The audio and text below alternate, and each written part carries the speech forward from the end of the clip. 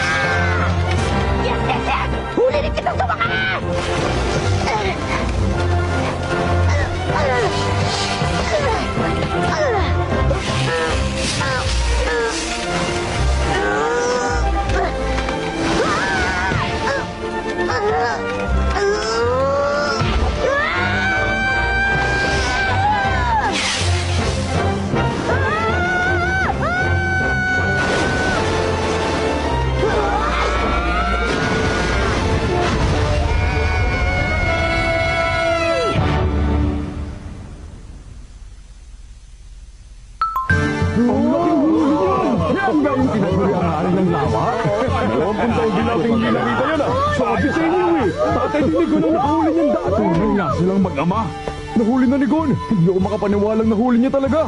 Nakita mo ba ito, Mito?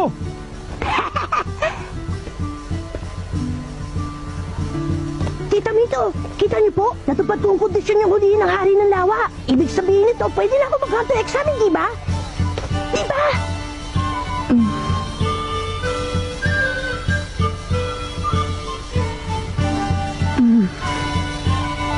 Gagalingan ko po, asahan niyo yun. Magiging hunter din ako, pangako!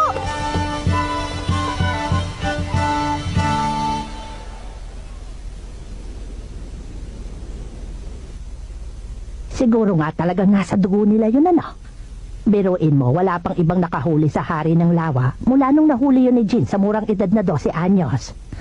At ngayon, anak naman niyang si Gon na nakahuli sa edad na 12 anyos din. Pareho ang sigla at kislap ng mga mata nila, hindi ba? Magkatulad talaga sila. Alam mong wala na tayong magagawa. Wala na makakapigil sa kanya. Desidido ka na ba talaga? Opo. Hindi mo kailangan gawin to. Alam mo namang iniwan ka ng tatay mo nung musmus ka pa lamang para maging hunter siya, hindi ba? Opo, alam ko. Mas pinili niyang maging hunter imbis na alagaan ka. Ang galing po nun, di ba? Huh? Importanteng trabaho kasi ang pagiging hunter, kaya niya po nagawa yun. Kaya gusto ko din. Hindi birong trabahong maging hunter, delikado yon. Palaging nasa panganib ang buhay mo. Anumang oras pwede kang mamatay. Naunawaan mo ba yon? Hindi po, Tita Mito. Pero gusto ko pong maintindihan. Gusto kong maging hunter para maunawaan ko ng lubos kung bakit yun ang piniling gawin ng tatay ko.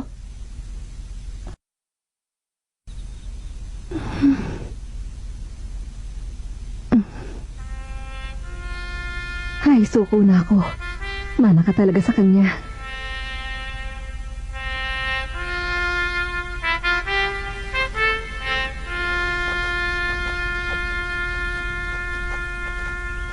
Hindi ko kayo bibiguin, Tita Mito. Makakapasa ako sa exams at magiging hunter din ako. Basta ang gusto ko, makabalik ka dito ng ligtas. Kaya mo bang ipangako sa akin yun? Opo, pinapangako ko po. Pangakong binitiwan sa kaibigang hinlilit, ang hindi tumupatakay ng siling pinitpit. At sabay, kiss! Choo!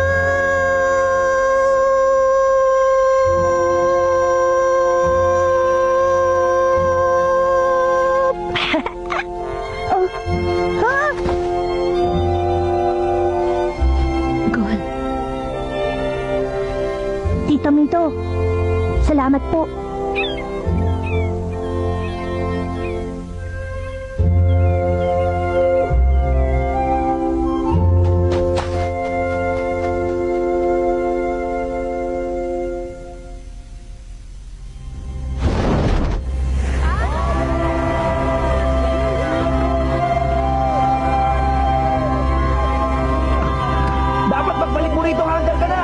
Ipakita mo sa kanila ka nakatalaga ng tatay mo, Gon!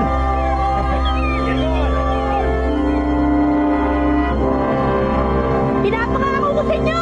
Magiging pinakamagaling na hunter ako sa buong mundo! At kapag naging number 1 na ako, babalik ako! Kaya hintayin niyo ang araw na yan!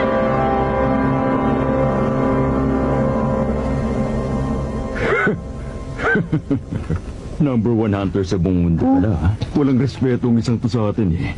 Bawat taon, milyon-milyon mga aplikante mula sa iba't ibang sulok ng mundong sumusubok para makapasa sa Hunter exam. Pero mabibilang mo lang sa daliri ng kamay mo nakakapasa. Kaya huwag kang pakasisiguro sa mga sinasabi mo, bata.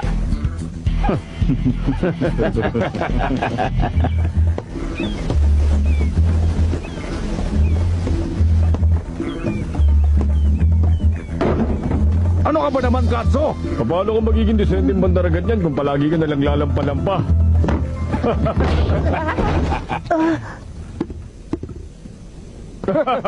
Hoy, bawal ang tutulog-tulog sa trabaho. Ano ba tangiingay nyo? Balik na sa trabaho! Opo!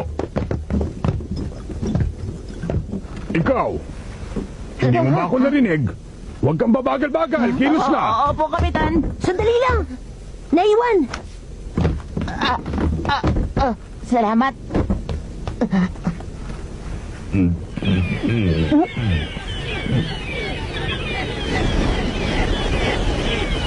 May paparating na bagyo. Paano mo naman nalaman yon, bata? Kasi po, yun ang sinasabi ng mga ibon. Talaga? At saka...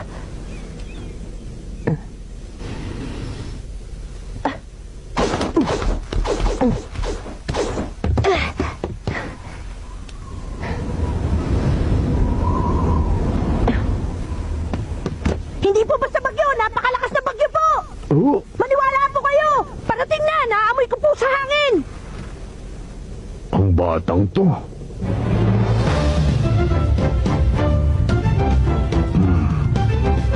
Ang mga matang yan, maaari kaya saang...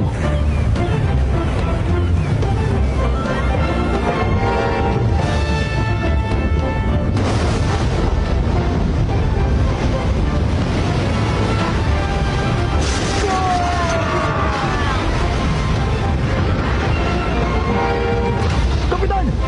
Hindi na ba matataglan ng mastil natin ang hangin? Kailangang ibaba na ang mga layas! Huwag niyong ibababa! Nagsisimula pa lang gumanda at takbo ng biyahe natin eh!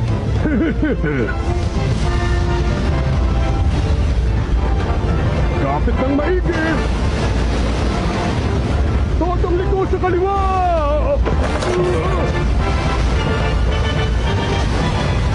Lipat na!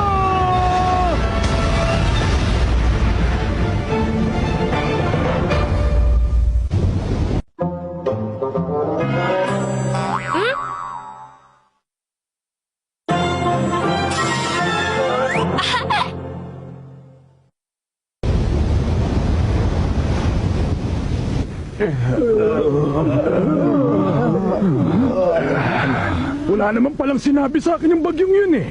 Oy! Ikaw muna sa timon. Ay, opo. Pambihira. Ang lambot naman ng tripulanting napunta sa barkong to. Pati mga aplikante, wala ni isang makatayo. Kung dito palang natalo na kayo ng isang maliit na bagyo, sumuko na kayo sa Hunter exam. Ay, mabuti pa magsiwi na lang kayo. Eto, may gamot pa po ako dito. Kapag ninuyaan nyo yan, bubuti ang pakiramdam nyo. Tubig. Ikukuha ko yan ng tubig, sandali lang. Ang batang yun na naman.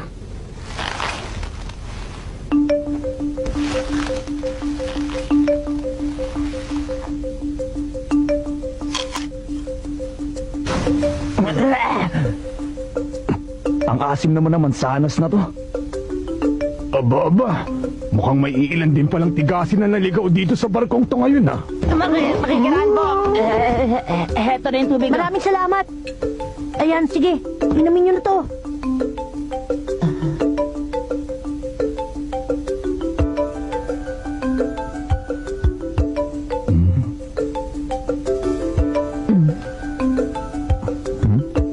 Eto na ang baso. Salamat ulit sa tulong, Kuya Kaso.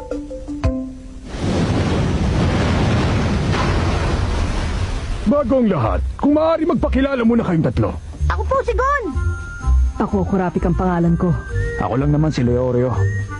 Ngayon sabihin niyo nga sa akin, bakit niyo gusto maging hunter? Teka, hindi ka naman examiner, kaya sino ka para interviewin kami? Sagutin niyo na lang ang tanong ko, pwede ba? Gusto ko po maging hunter kasi hunter ang tatay ko. Iniwan ko ang Whale Island para mag-hunter exam kasi gusto ko pong malaman kung bakit pinili ng tatay ko na magtrabaho bilang hunter. Whale Island? Kung ganon, anak nga ni Jin ang batang ito. Sa wakas, dumating na rin ang takdang panahon. Hoy bata, Huh? hindi mo dapat basta sinasagot ang mga tanong niya. Sinasabi ko lang naman kung ba't gusto kong maging hunter. Kasasabi ko lang na hindi siya examiner, hindi ba? Kung ayaw mo mag-isip, makisama ka na lang. Sangayon ako sa sinabi ni Leorio.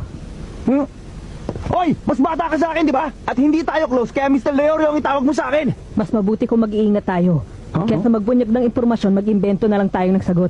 Aba, dinided mo ako, ha? Alam kong hindi marangal na bagay ang manlinlang ng kapwa, pero kapag sinabi ko ang buong katotohanan tungkol sa pinakamalalim kong sikreto, malalagay ako sa alanganin at maaring pati rin kayo madamay. Kaya pasensya na, hindi ko pwedeng sagutin ang tanong nyo.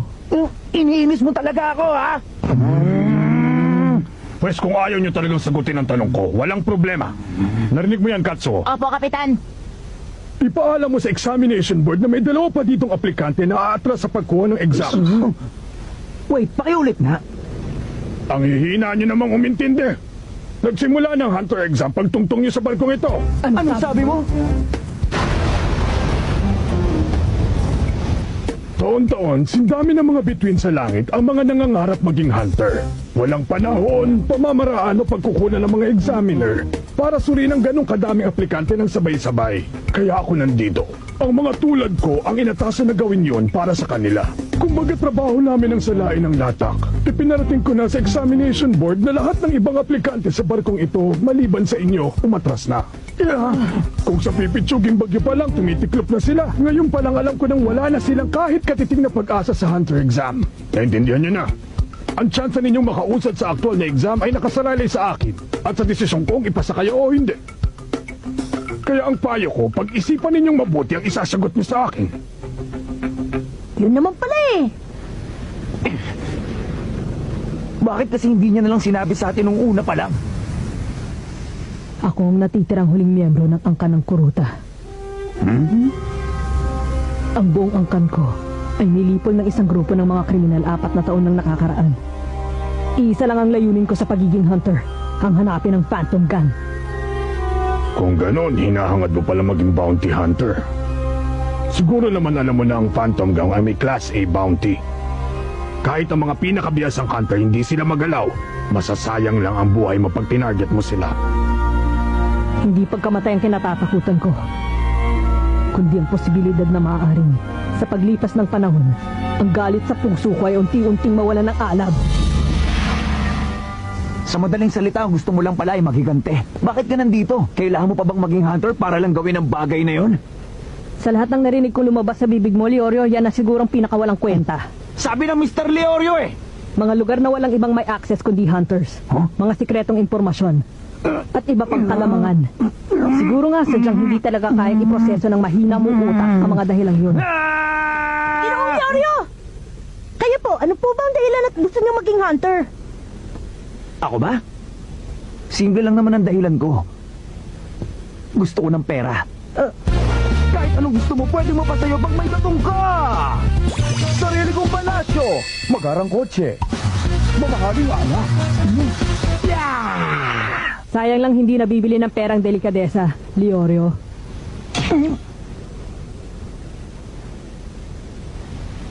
Naka-strike 3 ka na. Doon tayo sa labas. Wawakasan ko maduming angka ng mga kuruta ngayong araw na to. Bawiin mo yung sinabi mo, Leorio! Bawiin mo sinabi mo. Mr. Leorio sabi eh. Oy, kayong dalawa! Hindi pa tayo tapos mag-usap dito! Bayaan muna natin. Dati po, may sinabi sa akin si Tita Mito.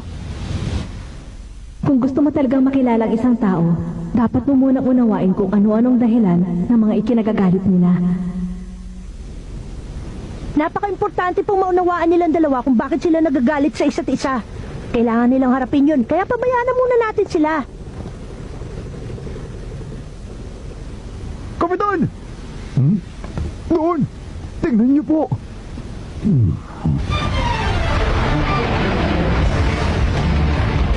Kapag natangay ng higanting ipo-ipong yan ang barko natin, wala na tayong ligtas. Ibaba niyo ang mga layag! Opo, Sama ko, tutulong ako. sige, sumunod ka sa akin. Doon ka! Ako nang bahala dito! Opo! Todo liko sa kanon!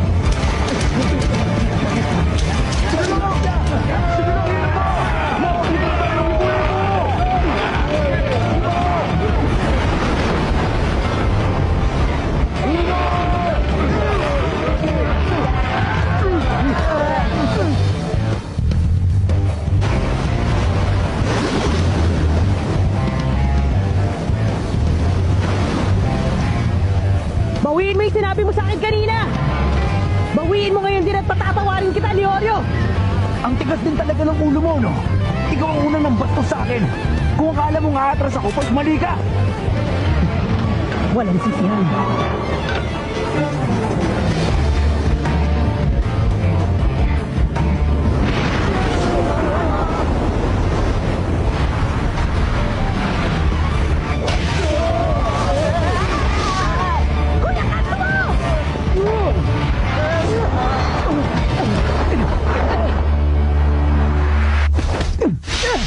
Kainis!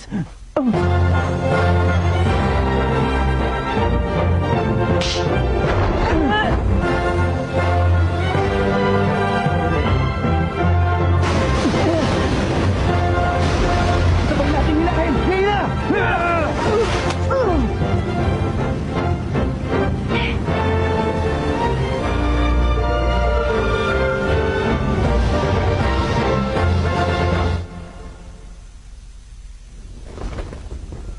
Baliw ka ba talaga?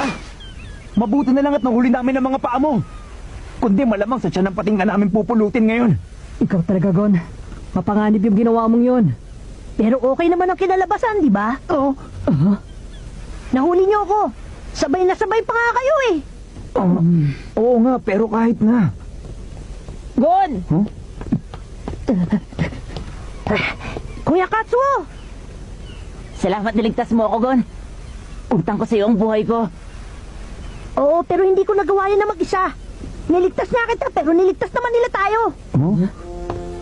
Maraming salamat po sa inyo. Wala yun, no? Huwag ka nang magpasalamat. Wala yun. Ang totoo, masaya kami at ligtas ka. Oo nga po. Salamat po uli. Sige, balik na ako sa estasyon ko. Ano na naman? Inamin kong bastos yung ginawa ko. Pasensya ka na sa akin, ha, Mr. Leorio. Ha? Bigla nagbagong ihip ng hangin. Masyadong formal. Ang sagwa, ibalik mo na lang sa Leorio. Pasensya ka na rin sa ginawa ko. Binabawi ko na lahat ng masasamang sinabi ko tungkol sa'yo. Di ko naman sinasadya eh. Okay lang, kalimutan mo na yun.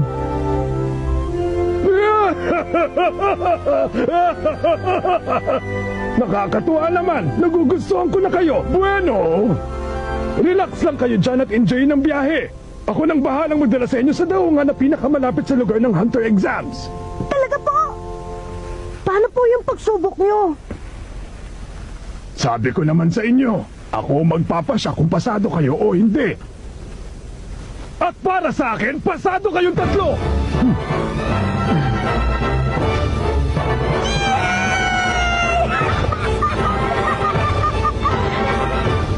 At dito na nagsisimula ang pakikipagsapalaran ni God upang maging hunter tulad ng kanyang ama.